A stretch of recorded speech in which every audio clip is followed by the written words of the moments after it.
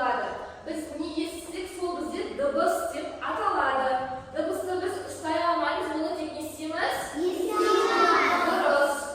Естиміз. Мына жерден ненің дыбысын естуге болады?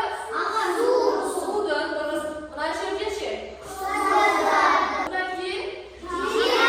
Дұрыс, жел, боран, иә. Ал бұдан кейін? Балалардың несі? Сөйлегені, яғни несі, дауысы. Дұрыс айтасыңдар.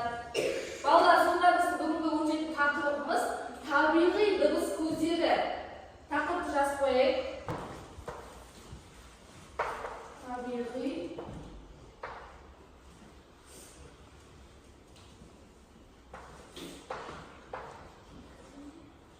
дыбыс көздері. Балалар, түгел әдемі жазамыз. Нелердің дыбысын естуге болады дейді. Жаңа айтқандай, судың дауысы, қазір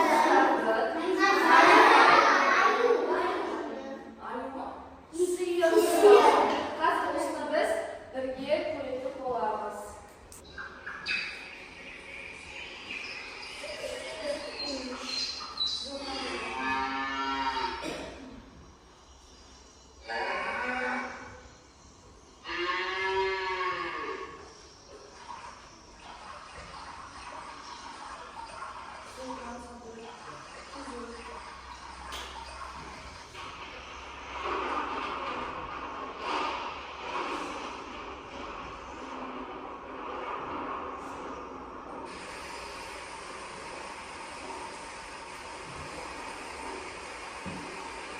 Бізде дыбыс екіге бөлінеді. Оның біріншісі бізде жасанды, екіншісі табиғи.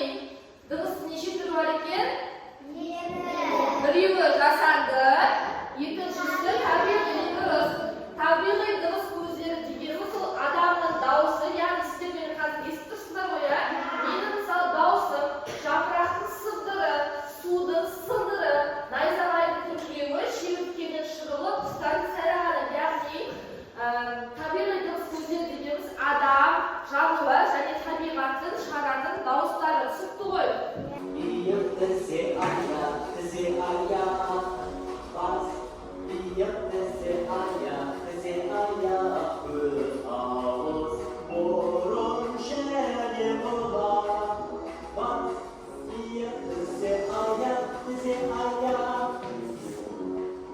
Тезірек жасап көрейік.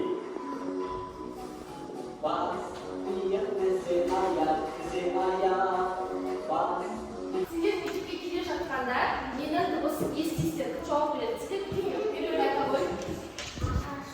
Сүйегі жақсы. Дұрыс, жарайсың. Дұрыс. Айта ғой. Машина. Бірақ ол тек табиғи дыбыс көздеріне жатпайды. Тағы да айта ғой. Иттің дыбыс көргенін айта ғой. Балықтың. Қолдарыңа ақпараттарын сендер осы мектепке келе жатқанда ненің дыбысын естисіңдер? Мысалы, құстың болса, құстың суретін саласыңдар. Су